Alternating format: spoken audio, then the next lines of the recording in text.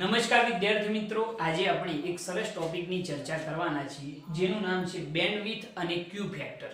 આ બંનેના સૂત્રો આજે આપણે તારવવાના છીએ. બરોબર, આ બંને સૂત્રો ખૂબ અગત્યના છે, દાખલાઓની અંદર પણ ખૂબ કામના, એટલે આપણા માટે આજનું લેક્ચર થોડુંક મહત્વનું રહેશે.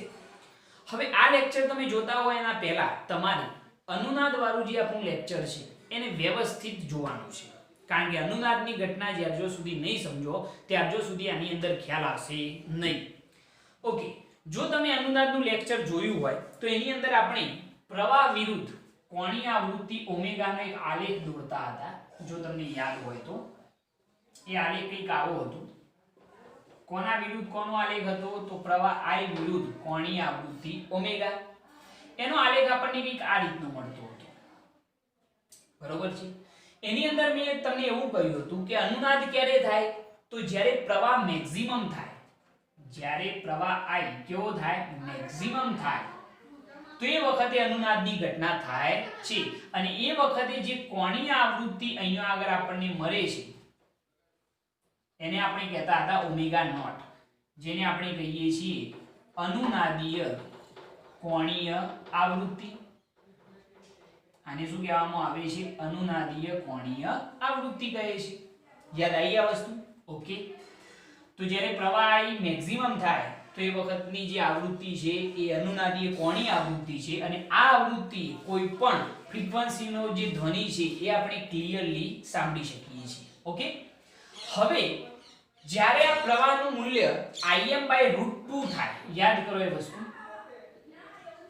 તો જ્યારે પ્રવાહનું મૂલ્ય Im/√2 થાય તો એ વખતે આપણને બે કોણીય આવૃત્તિઓ મળે છે. પહેલી આવે છે ω2 અને અહીંયા આગળ જે મળે એને આપણે નામ આપીએ ω1 સપોઝ. બરોબર, કારણ કે જ્યારે પ્રવાહની કિંમત Im/√2 થાય તો એ વખતે કેટલી કોણીય આવૃત્તિઓ મળે? બે. એક ω1 અને બીજી ω2 મળે છે. ઓકે, એવું આપણે વિચારીએ. આપણને ખ્યાલ છે કે અહીંયા આગળ ડિફરન્સ જે છે કેટલો હોય છે? Delta omega. આ ડિસ્ટન્સ ડેલ્ટા ઓમેગા જેટલું હોય, આ પણ ડેલ્ટા ઓમેગા જેટલું હોય. આપણે એ આલેખની અંદર આને ω1 કહ્યો તો આને ω2 કહ્યો છે. અહીંયા આપણે એક ડિફરન્સ કેસ વિચારેલો છે કે આ બંને જે કોણીય આવૃત્તિ મળે એને નામ આપીએ આ ω1 અને આને ω2 નામ આપીએ. બરોબર છે? ઓકે, હવે જરા જુઓ, એવું જરૂરી નથી પરંતુ આપણે એવું વિચારેલું છે NCERT મુજબ. હવે આના ઉપરથી જો આપણે કોણીય આવૃત્તિ ω1 લખવી હોય તો ω1 બરાબર આ ડિસ્ટન્સ કેટલું થાય? તો સિમ્પલ સાહેબ, ω0 પ્લસ શું કરવા પડે? ડેલ્ટા ઓમેગા કરવા પડે ને. ω1 આવૃત્તિ ક્યારે થાય? તો ω0 ની અંદર ડેલ્ટા ઓમેગા એડ કરવા પડે. અને જો આપણે ω2 મેળવવા હોય તો શું કરવા પડશે? ω0 માટે ω0 જે કોણીય આવૃત્તિ છે એની અંદરથી ડેલ્ટા ઓમેગા બાદ કરી દો તો ω2 મળી જાય. ω0 માઈનસ ડેલ્ટા ઓમેગા. બરોબર છે? આ રીતે આપણે આ વસ્તુ મેળવી શકીએ છીએ. આપણે અહીંયા આગળ સ્પેશિયલ કેસ આ રીતનો વિચારેલું છે. ઓકે, તો આ વસ્તુ જે છે આપણે લાસ્ટ લેક્ચરની અંદર જોઈ હતી. હવે જરા જુઓ કે આની અંદર આપણે જ્યારે અનુનાદ થાય એ વખતનો જે પ્રવાહ છે એ Im બરાબર Vm/√r² xl xc નો શું વિચારતા હતા? સ્ક્વેર. તમે કહેશો સાહેબ xc xl, ભાઈ અહીંયા આગળ મેં ઇન્ડક્ટન્સ મોટું વિચારેલું છે, કેપેસિટન્સ એના કરતા નાનું વિચારેલું છે, તો xl xc થઈ ગયું. તો xl xc નો શું થયો? સ્ક્વેર થયો. ઓકે, તો પ્રવાહ Im બરાબર Vm/√r² xl ની જગ્યાએ લખવું હોય તો શું લખાય? ωL-1/ωc અને એનો શું આવશે? સ્ક્વેર. અનુનાદની સ્થિતિ છે એટલે કોણીય આવૃત્તિ આપણે શું વિચારીએ? ω0. ઓકે, અનુનાદની સ્થિતિ વિચારીએ છીએ. અહીંયા એ ધ્યાન રાખવાનું છે, હું નોટ કરી લખી કાઢું કે ω0 * L greater than 1/ωc એટલે કે ટૂંકમાં xl greater than શું છે? xc. એવો એક કેસ આપણે અહીંયા વિચારેલો છે. તો આ વખતની જે સ્થિતિ છે એ અનુનાદની સ્થિતિ છે. તો અનુનાદ વખતે તમે જાણો છો કે શું થાય કે સાહેબ પ્રવાહ જે છે મેક્સિમમ થાય અને જે આ નીચેનો ઇમ્પિડન્સ છે કેવો થાય? ન્યૂનતમ થાય. હવે આને ન્યૂનતમ કરવા માટે આ બંનેની કિંમત કેવી કરતા હતા આપણે? સમાન. યાદ આવી વસ્તુ કે અનુનાદ વખતે XL બરાબર શું હોય છે XC. આ બંને સમાન થાય તો આ બંનેનો ડિફરન્સ 0 થઈ જાય અને ઇમ્પિડન્સ જે છે એ મિનિમમ થઈ જશે તો પ્રવાહ Im કેવો થઈ જાય મેક્સિમમ થઈ જાય. તો XL બરાબર શું વિચારતા હતા આપણે XC. તો XL બરાબર જો આપણે કહેવું હોય તો omega naught into L upon XC બરાબર 1 upon omega naught into C, જે તમે જાણો છો સમીકરણ 1 આપી દે એને. અનુનાદ વખતે આ બંનેની કિંમત સમાન હોય, આની પણ કિંમત કેવી હોય સમાન હોય તો જ આ ઇમ્પિડન્સ મિનિમમ થાય અને પ્રવાહ જે છે એ કેવો થાય મેક્સિમમ થાય.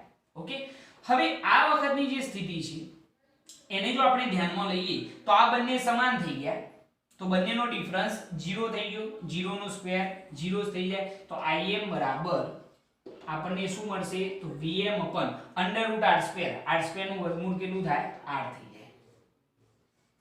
તો અનુનાદની સ્થિતિમાં Im બરાબર આપણને શું મળે છે તો સાહેબ Vm upon r મળે છે. આટલી વસ્તુ તો તમે જાણો છો, તમારા માટે આ નવી નથી. જસ્ટ ખાલી આટલો ફેરફાર મેં કરેલો છે કે XL ગ્રેટર ધેન XC વિચારેલા છે અને ઓમેગા 1 અહીંયા અને ઓમેગા 2 અહીંયા વિચારેલા છે. સિમ્પલી તમે વિચારી શકો. ઓકે, હવે એના પછી આપણે એવું વિચારીએ કે જ્યારે કોણીય આવૃત્તિ ઓમેગા બરાબર કેટલી થાય ઓમેગા 1 થાય. કોણીય આવૃત્તિ જે છે આ કોણીય આવૃત્તિ એ ઓમેગા બરાબર શું થાય ઓમેગા 1, એ વખતે પ્રવાહ કેટલો થાય છે તો Im/√2. જ્યારે ઓમેગા બરાબર ઓમેગા 1 હોય ત્યારે પ્રવાહ I બરાબર શું થાય છે તો Im/√2 થાય છે. જે તમે આલેખની અંદર એકદમ સરળતાથી જોઈ શકો છો, દેખાય છે તમને કે જ્યારે કોણીય આવૃત્તિ ઓમેગા 1 થઈ તો એ વખતે પ્રવાહ કેટલો થયો Im/√2 થયો સાહેબ. સિમ્પલ. ઓકે, તો આ વખતની જે સ્થિતિ છે એના માટે જો આપણે પ્રવાહ લખીએ તો આ પ્રવાહ કેટલો થઈ જાય ભાઈ, આ પ્રવાહ લખીએ આની અંદર તો પ્રવાહ કેટલો થઈ ગયો Im/√2 ઇઝ ઇક્વલ ટુ ક્યારે ભાઈ આટલો પ્રવાહ થાય મહત્તમ પ્રવાહ Im/√2 ક્યારે થાય કે જ્યારે કોણીય આવૃત્તિ કેટલી હોય ઓમેગા 1 હોય. તો Im/√2 is equal two Vm upon under root r square plus ચલો કોણીય આવૃત્તિ કેટલી omega 1, omega 1 into L minus 1 upon omega 1 into C અને એનો શું આવશે સ્ક્વેર. ક્લિયર? આટલી વસ્તુ ફરીથી સમજાવો કે ઓમેગા બરાબર જ્યારે કોણીય આવૃત્તિ ઓમેગા 1 થાય ત્યારે પ્રવાહ I બરાબર શું થાય Im/√2 થાય. તો આપણે જે આ મહત્તમ પ્રવાહ છે એ લખી કાઢ્યો Im/√2 is equal to Vm upon under root r square plus omega naught ની જગ્યાએ શું લખીશું કોણીય આવૃત્તિ omega 1 into L minus 1 upon omega 1 into C અને એનો શું થયો સ્ક્વેર. ઓકે, હવે જરા જુઓ કે આ Im બરાબર લખવા હોય તો શું લખાય સમીકરણ 2 પરથી મહત્તમ પ્રવાહ કેટલો લખાય Vm upon r. તો Im ની જગ્યાએ લખીએ તો Vm upon r √2 તો m ના એમ જ રહેશે બરોબર is equal to Vm upon √r square plus omega 1 into L minus 1 upon omega 1 into C અને એનો શું થયો સ્ક્વેર. બંને બાજુથી Vm દૂર થઈ ગયા, જો ક્રોસ ગુણાકાર કરીએ તો શું થશે √r square plus omega 1 into L minus 1 upon omega 1 into C અને એનો square is equal to √2 into શું થઈ જાય r થઈ જશે બરોબર. Vm દૂર થઈ ગયા અને ક્રોસ ગુણાકાર, બીજું કંઈ નહીં. ઓકે, હવે જરા જુઓ કે મને ભાઈ સૌપ્રથમ આ રૂટ નડે છે બંને બાજુ, તો રૂટ દૂર કરવા માટે બંને બાજુ સ્ક્વેર કરી દઈએ તો સમીકરણની બંને બાજુ શું કરતો વર્ગ કરતો.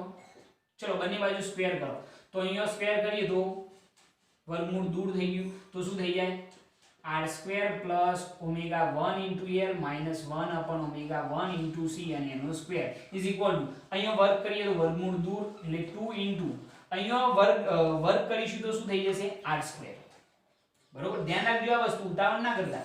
અહીંયા વર્ગ કર્યો તો વર્ગ અને વર્ગમૂળ દૂર એટલે શું થઈ ગયું ખાલી r square plus omega 1 into L minus 1 upon omega 1 into C એનો સ્ક્વેર is equal to અહીંયા સ્ક્વેર કરીએ તો વર્ગમૂળ દૂર એટલે 2 into r નો શું આવશે સ્ક્વેર, કારણ કે આના ઉપર રૂટ નથી અને એનો સ્ક્વેર કરવો પડશે. ઓકે, હવે જુઓ આ r સ્ક્વેર બરાબરની આ બાજુ જોઈએ તો માઈનસ થઈ જાય તો આ બાજુ શું વધ્યું omega 1 into L minus 1 upon omega 1 into C અને એનો square is equal to 2r square minus r square કેટલા થાય r square બરોબર. હવે આ બંનેની અંદર મને વર્ગ નડી છે તો વર્ગમૂળ લઈ લઈએ. જો વર્ગમૂળ લઈ લઈએ તો સૂત્ર શું બને જો omega 1 * l minus 1 upon omega 1 * c બરાબર શું થઈ જાય આ. આવું એક સૂત્ર મળશે. ખ્યાલ આવી ગયો આની અંદર. હવે આપણે ઓમેગા 1 ની કિંમત અહીંયાથી એપ્લાય કરી દઈશું. આ કિંમત સરળતાથી આપણને જવાબ મળી જશે. પહેલા આટલી વસ્તુ ક્લિયર થઈ ગઈ. તમારે કોણી આવૃત્તિ ઓમેગા બરાબર ઓમેગા 1 વિચારો તો એ વખતે પ્રવાહ કેટલો થઈ જાય Im/√2 થઈ જાય. એટલી વસ્તુ ખાલી મગજમાં લ્યો અને પછી સરળતાથી આ સમીકરણ તમે તારવી શકો છો. કોઈ તકલીફ નહીં. ચલો પહેલા આટલું નોટ કરી લ્યો અને પછી આપણે ઓમેગા 1 ની કિંમત એપ્લાય કરીએ. નોટ કરો એને. ઓકે હવે આપણે શું કરીએ છીએ જરા જુઓ. આ જે સમીકરણ આપણે મેળવ્યું હતું છેલ્લે એની અંદર ઓમેગા 1 ની કિંમત આપણે એપ્લાય કરીશું. ઓમેગા 1 આપણે મેળવ્યા હતા ને આલેખ પરથી. આ રહ્યો ઓમેગા 1 ને અહીંયા લખી કાઢ્યા છે. તો ચલો કિંમત એપ્લાય કરીએ. તો અહીંયા આગળ ઓમેગા 1 બરાબર omega not plus delta omega મૂકતો. ચલો ઓમેગા 1 ની જગ્યાએ કિંમત એપ્લાય કરો તો omega not plus delta omega into શું થશે l માઈનસ 1 અપન ઓમેગા 1 ની જગ્યાએ શું લખવાનું omega not plus delta omega into c is equal to શું થઈ જાય r. ખ્યાલ આવી ગયો આની અંદર. જસ્ટ ખાલી ઓમેગા 1 ની કિંમત આપણે એપ્લાય કરવાની રહેશે. ચલો એપ્લાય કર્યા પછી l ને અંદર ગુણી કાઢો તો શું થઈ જાય. ચલો l ને અંદર ગુણો તો omega naught into l plus delta omega into l minus 1 upon ચલો c ની અંદર ગુણો તો omega naught into c plus delta omega into c is equal to શું થઈ જાય r. ઓકે હવે જરા જોજો કે હવે આપણે શું કરીશું. હવે આ બંને જે પદો છે એમાંથી હું omega naught into l common લઉં તો સાહેબ અહીંયા તો બરોબર છે પણ સાહેબ અહીંયા એકલો l જ છે ઓમેગા નોટ નથી તો એટલા વડે ભાગી દેવાના ભાઈ. બીજું કંઈ નહીં. જુઓ આ રીતે omega naught into l common તો ચલો અહીંયા શું વધ્યું 1 અહીંયા શું વધ્યું 1 પ્લસ અહીંયા l હતા ઓમેગા નોટ હતો નહીં તો l કોમન નીકળી ગયા અને ઓમેગા નોટ હતો નહીં તો ઓમેગા નોટ વડે શું કરવાના ભાગી દેવાના તો ડેલ્ટા ઓમેગા અપન શું આવશે ઓમેગા નોટ. ખ્યાલ આવ્યો શું કર્યું ફરીથી સમજાવો. ઓમેગા નોટ ઇન્ટુ l મેં કોમન લીધા તો અહીંયાથી આ કોમન નીકળી ગયા 1 વધ્યા પ્લસ અહીંયા l હતો ઓમેગા નોટ હતા નહીં તો મેં ઓમેગા નોટ વડે ભાગી કાઢ્યા અને omega naught into l common લઈ લીધા. એના સિવાય વધ્યું શું તો ડેલ્ટા ઓમેગા માઈનસ 1 અપન અહીંયા પણ સેમ પ્રોસીજર કોમન શું લઈશું ઓમેગા નોટ ઇન્ટુ c તો અહીંયા શું વધશે 1 પ્લસ અહીંયા c હતો ઓમેગા નોટ હતા નહીં છતાંય કોમન લીધા તો ડેલ્ટા ઓમેગા અપન કેટલા વડે ભાગવા પડશે તો ઓમેગા નોટ વડે ભાગી દેવાના ઇઝ ઇક્વલ ટુ શું થઈ જાય r. કન્ફ્યુઝન નહીં આની અંદર. આ બંનેમાંથી omega naught into l common લેવાના જે વધે એ લખી કાઢવાનું બરોબર માઈનસ આની અંદરથી omega naught into c common લઈશું તો અહીંયા 1 પ્લસ ડેલ્ટા ઓમેગા અપન શું આવે omega naught is equal to r.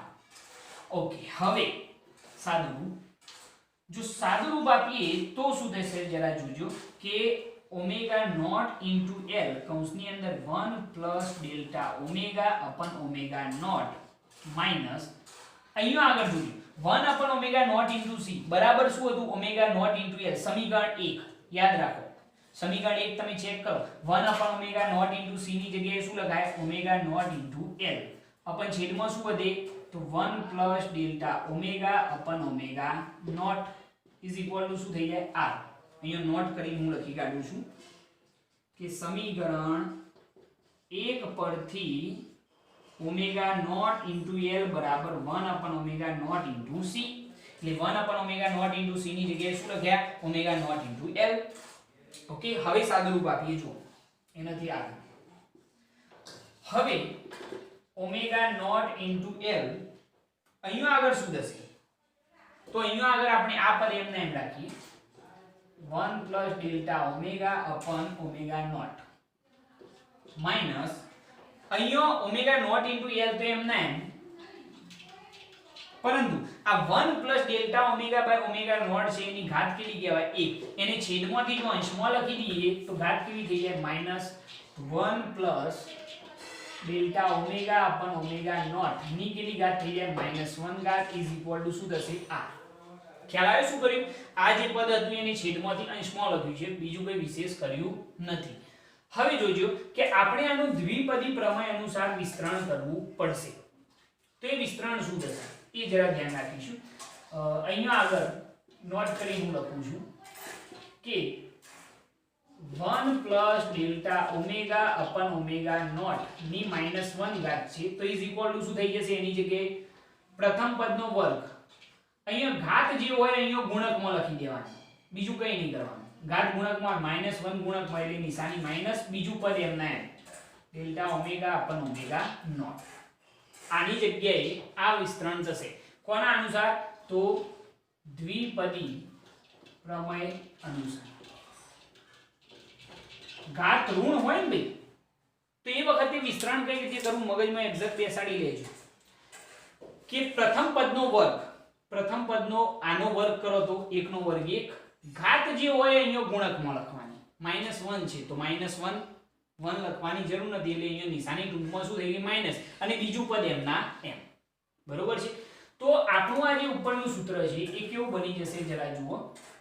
તો ઓમેગા નોટ ઇન્ટુ એલ કૌંસની અંદર 1 plus delta omega upon omega naught એ minus omega naught into L.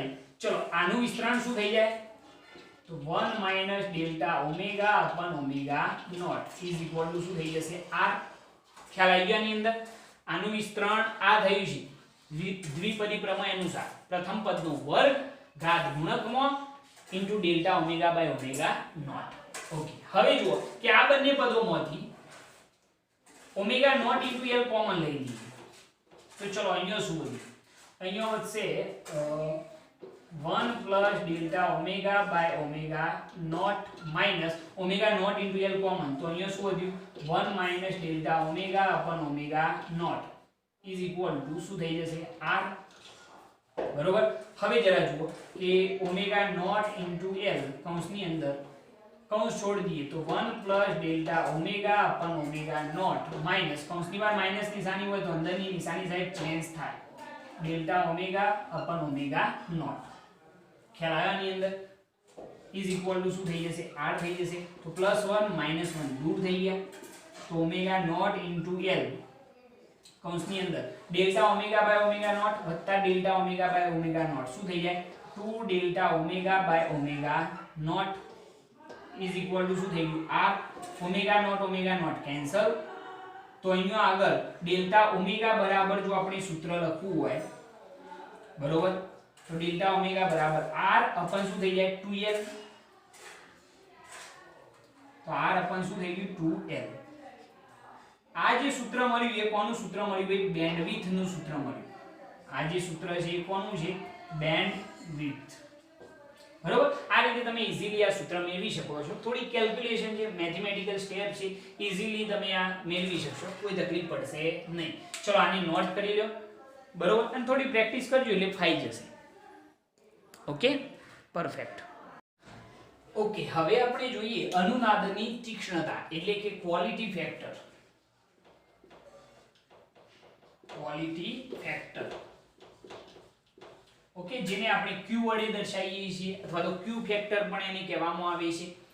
તો એનું સૂત્ર કઈ રીતે મેળવી શકાય? તો ક્વોલિટી ફેક્ટરનું સૂત્ર છે q બરાબર પહેલું આવે છે અનુનાદીય કોણીય આવૃત્તિ. અનુનાદીય કોણીય આવૃત્તિ ભાગ્યા શું થશે? Half power bandwidth. Half power bandwidth. આ રીતનું એનું સૂત્ર થશે કે ક્વોલિટી ફેક્ટર q બરાબર અનુનાદીય કોણીય આવૃત્તિ ભાગ્યા હાફ પાવર શું થાય? બેન્ડવિડ્થ. એટલે કે q બરાબર અનુનાદીય કોણીય આવૃત્તિ શું કહેવાય? ઓમેગા નોટ, અને હાફ પાવર બેન્ડવિડ્થ કેટલી થતી હતી? 2 ડેલ્ટા ઓમેગા. યાદ છે ને આ વસ્તુ સમજાયેલી છે મેં. હાફ પાવર બેન્ડવિડ્થ અનુનાદવાળી થિયરીની અંદર. તો અહીંયા આગળ ક્વોલિટી ફેક્ટરનું પહેલું સૂત્ર આપણે અહીંયા મેળવી લીધું છે. ઓમેગા નોટ બરાબર શું થાય? સોરી, ક્વોલિટી ફેક્ટર q બરાબર ઓમેગા નોટ અપન શું થાય? 2 ડેલ્ટા ઓમેગા. હવે આપણે જાણીએ છીએ કે ડેલ્ટા ઓમેગા બરાબર આપણે હાલ સૂત્ર મેળવ્યું હતું. વી નો, થોડું ઇંગ્લિશ લખી તો ડેલ્ટા ઓમેગા બરાબર શું થાય? r upon 2l.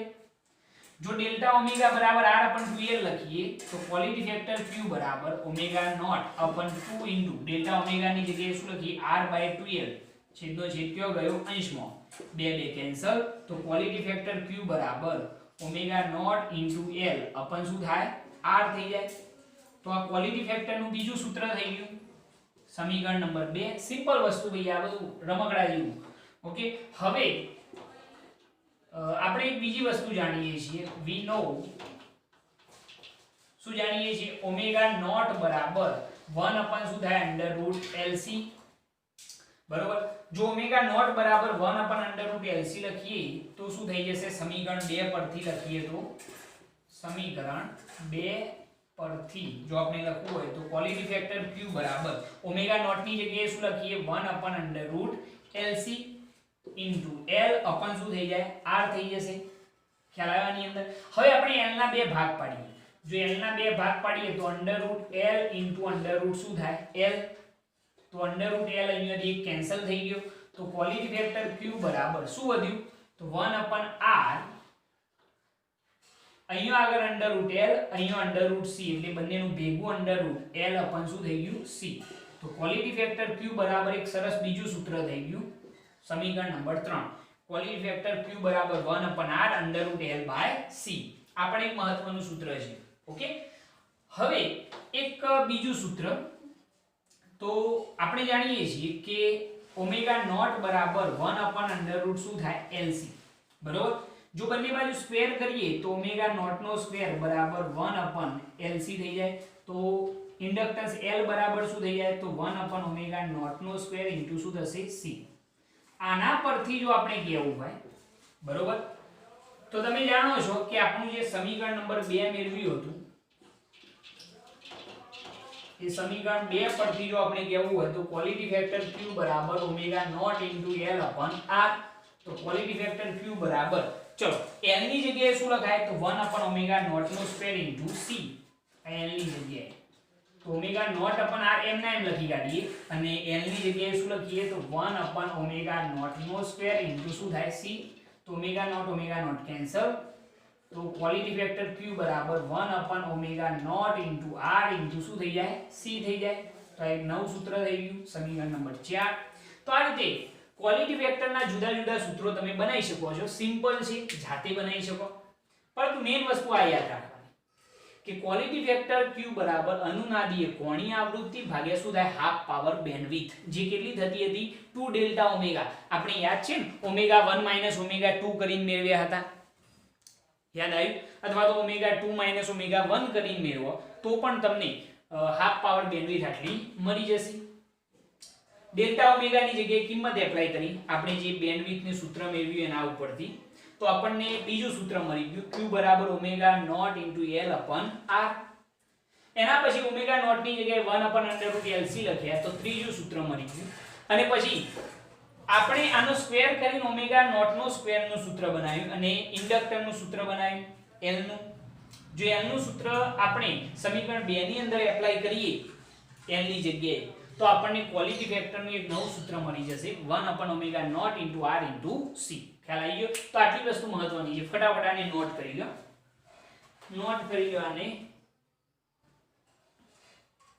Quality factor જે છે એ આલેખની તીક્ષ્ણતા બતાવશે હો ભાઈ અને આના ઉપરથી તમને ખ્યાલ આવે ને કે ક્વોલિટી ફેક્ટર કોના ઉપર ડિપેન્ડેન્ટ તો અવરોધ r ના વ્યસ્ત પ્રમાણમાં l ના શું છે સમપ્રમાણમાં અને c ના પણ શું છે સમપ્રમાણમાં સોરી વ્યસ્ત પ્રમાણમાં તો આપણે એમ કહી શકીએ કે ક્વોલિટી ફેક્ટર આ ત્રણેય ઉપર ડિપેન્ડેન્ટ હોય l c અને r ઓકે એવું આપણે કહી શકીએ નોટ કરી લો આને દાખલાઓની અંદર આપણે આનો ઉપયોગ કરીશું તમે જોશો ઓકે હવે આપણે જોઈએ પાવર ફેક્ટર ટોપિક નું નામ છે પાવર ફેક્ટર એસી પરિપથ માટે આપણે પાવર ફેક્ટર શોધવાના છીએ પાવર ફેક્ટર કોને કહેવાય એ વસ્તુ સમજવાના છીએ તો સૌપ્રથમ આપણે વિદ્યુત પાવરની વ્યાખ્યા લખીએ કે વિદ્યુત પાવર કોને કહેવામાં આવે છે તો એની વ્યાખ્યા એવી લખી શકાય કે એસી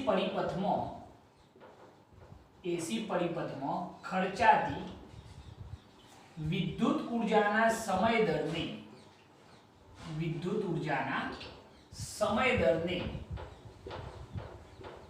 શું કહેવાય છે? વિદ્યુત પાવર કહે છે. બરોબર. આ થઈ ગઈ વિદ્યુત પાવરની વ્યાખ્યા કે એસી પરિપથમાં ખર્ચાતી વિદ્યુત ઉર્જાના સમય દરને શું કહેવામાં આવે છે? વિદ્યુત પાવર. એટલે કે એકમ સમયમાં ખર્ચાતી વિદ્યુત ઉર્જા, જેને આપણે શું કહીએ છીએ? વિદ્યુત પાવર કહીએ છીએ. હવે આ જે વિદ્યુત પાવર છે એની અંદર જે તત્કાલીન પાવર છે એ આપણે માપી શકતા નથી. તત્કાલીન પાવર કે કોઈ ચોક્કસ ક્ષણે તાત્ક્ષણિક પાવર જેને આપણે કહીએ છીએ એ આપણે માપી શકતા નથી. તો બીજો ટોપિક આપણે એવું લખીએ કે તત્કાલીન પાવર જે છે, તત્કાલીન પાવર સમજો છો ને, કોઈ ચોક્કસ ક્ષણે મળતો જે પાવર છે એ તત્કાલીન પાવર માપી શકાતો નથી. બરોબર છે. તો એના માટે આપણે શું કરીએ છીએ? તો વાસ્તવિક પાવર માપીએ છીએ. કયો પાવર માપવામાં આવે છે? વાસ્તવિક પાવર માપી શકાય છે. હવે તમારા મનમાં પહેલો જ પ્રશ્ન એ થાય કે સાહેબ આ વાસ્તવિક પાવર શું છે? તત્કાલીન પાવર તો માપી શકાતો નથી, તો પછી સાહેબ આ વાસ્તવિક પાવર કોને કહેવાય? તો સિમ્પલ વસ્તુ, વ્યાખ્યા લખવી એની. તો વાસ્તવિક પાવરની વ્યાખ્યા લખવી હોય તો એવી લખાય કે એક આવર્તકાળ પર પાવરના સરેરાશ મૂલ્યને શું કહેવામાં આવે છે? વાસ્તવિક પાવર. એટલે કે આપણે પાવરનું જો સરેરાશ મૂલ્ય લઈએ તો એને શું કહેવાય? વાસ્તવિક પાવર. એ આપણે માપી શકીએ છીએ. તો આપણે એનું સૂત્ર મેળવવાના છીએ. તો પહેલા આટલી વસ્તુ ક્લિયર થઈ જાય. બરોબર કે ભાઈ વિદ્યુત પાવર કોને કહેવાય? તો એસી પરિપથમાં ખર્ચાતી વિદ્યુત ઉર્જાના સમય દરને શું કહેવાય છે? વિદ્યુત પાવર કહે છે. પરંતુ તત્કાલીન પાવર જે છે માપી શકાતો નથી. આપણે કયો પાવર માપીએ છીએ? વાસ્તવિક પાવર. વાસ્તવિક પાવર એટલે કે એક આવર્તકાળ પર પાવરનું સરેરાશ મૂલ્ય જે આપણે માપી શકીએ છીએ. જોઈએ હવે તો એના માટે આપણે જો એસી પરિપથની વાત કરતા હોય, એસી પરિપથ માટે તમે જાણો છો કે જો એસી પરિપથ હોય તો એના માટે જે આપણો વોલ્ટેજ છે એ વોલ્ટેજ V બરાબર શું લખાય? તો Vm sin omega t. એસી પરિપથ માટે જે વોલ્ટેજ છે કેટલા હોય? V બરાબર Vm sin omega t. અને જે પ્રવાહ છે એ I બરાબર કેટલો હોય? તો Im sin omega t plus શું હોય છે? phi. બરોબર છે. તો આ વોલ્ટેજ છે અને આ પ્રવાહ છે. કયા પરિપથ માટે? તો એસી પરિપથ માટે. તો આના ઉપરથી આપણે તત્કાલીન પાવર જે છે એ ઈઝીલી મેળવી શકીએ. તો તત્કાલીન પાવર જો આપણે શોધીએ તો તત્કાલીન પાવર P બરાબર શું કહેવાય? V * I. જાણો છો ને? આ સૂત્ર નવું નથી તમારા માટે. તત્કાલીન પાવર P બરાબર V * I. તો તત્કાલીન પાવર P બરાબર, ચલો V ની જગ્યાએ શું લખીશું? તો Vm sin omega t પ્રવાહ I ની જગ્યાએ શું લખવામાં આવશે? તો Im sin omega t plus શું લખીશું? phi. ઓકે. તો તત્કાલીન પાવર P બરાબર શું થઈ જાય? તો Vm Im, વોલ્ટેજ અને પ્રવાહ નજીક લખ્યા, ઇન્ટુ શું થઈ જશે? તો sin omega t sin omega t plus શું થઈ જાય? phi થઈ જાય છે.